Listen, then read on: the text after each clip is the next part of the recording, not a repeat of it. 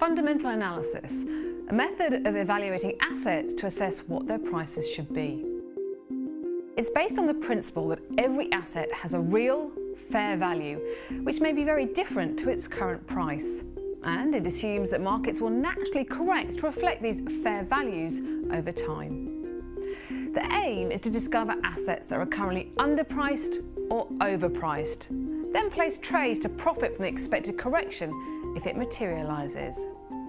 Now, unlike a technical analysis, which focuses on price charts, a detailed fundamental analysis will look at everything that could drive future price movements. The technique is most commonly used to scrutinise the price of shares, where annual reports, industry trends, and a company's management team may form part of an overall assessment. However, fundamental analysis can be used to review the price of an asset. A cryptocurrency like Bitcoin, for example, could be evaluated on the basis of economic data, regulation, brand recognition, and technical specifications, among other factors. But while fundamental analysis is often said to be more comprehensive than technical analysis, it may not give you the full picture.